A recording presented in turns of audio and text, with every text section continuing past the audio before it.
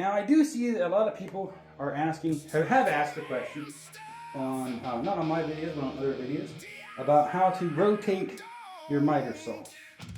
Now your miter saw may be different than mine. I'm using a Marv tool, 10-inch for mine. I got this little knob right here to loosen that up. Now once that's loosened, I can then pull that thing down and get it rotated out to whatever angle I want it to be.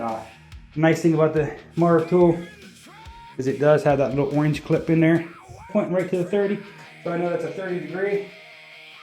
And if I want to come back this way to maybe 15, lock that in. That's going to line up right at that 15. So you get your 22 and a half. It's going to lock in with it's going to lock in with the numbered ones. The non-numbered ones, she's not going to lock in, but that's when you tighten this guy down, and then that'll lock it. So this one will lock into the ones that are numbered, and then this will allow you to lock into ones that are not numbered. So, your tool probably has very similar function, so I just follow along with that.